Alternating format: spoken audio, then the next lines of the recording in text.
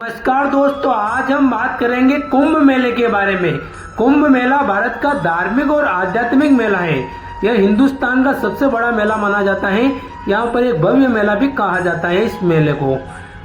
कुंभ मेला भारत के 4 स्थानों पर लगता है: उज्जैन, नासिक, हरिद्वार और प्रयागराज के अंदर। इन 4 स्थानों पर कुंभ का मेला लगता है।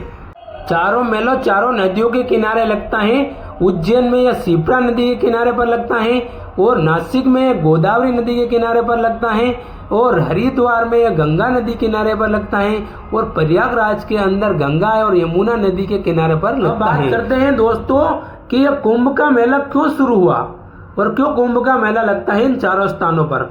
हुआ यह था कि प्राचीन समय में पौराणिक कथाओं के अनुसार समुद्र मंथन हुआ था। समुद्र मंथन देवताओं और दानवों द्वारा किया गया। तो समुद्र मंथन हुआ था उस समय भगवान धन्वंतरी अमृत का घड़ा लेकर बाहर निकले थे। तो उस समय उस अमृत के लिए देवताओं और दानवों के बीच में, यानी कि देवताओं और राक्षसों के बीच में, उन अमृत के घड़े के लिए छीना झपटी हो गई थी। छीना झपटी के कारण अमृत की 4 बूंदें धरती के 4 स्थानों पर गिरी। उज्जैन, नासिक, हरिद्वार और प्रयागराज, इन 4 स्थानों पर गिरने के कारण इस भूमि पर यहाँ पर कुंभ के मेले का आयोजन होता है। ऐसा भी माना जाता है कि 12 दिनों तक इन देवताओं और दानवों के बीच में युद्ध चला था। जो देवताओं के लिए और दानवों के लिए एक दिन एक वर्ष के बराबर होता है। इसी कारण हर 12 वर्ष में यहाँ पर कुंभ मेले का आयोजन होता है इन 4 स्थानों पर। अब जानते हैं दोस्तों कि कुंभ का क्या मतलब होता है। कुंभ शब्द क्या अर्थ है। कुंभ एक संस्कृत शब्द है। भारत की प्राचीन भाषा संस्कृत हुआ करती थी। संस्कृत के अंदर कुंभ का मतलब होता है घड़ा या कलश। कुंभ को घड़ा या कलश कहते हैं। वो जो घड़ा और कलश अमृत निकला था, उसी कलश के नाम से कुंभ का मेले का नाम पड़ा और कुंभ का आयोजन होता है। इसी कारण इस मेले का नाम कुंभ मेला पड़ा।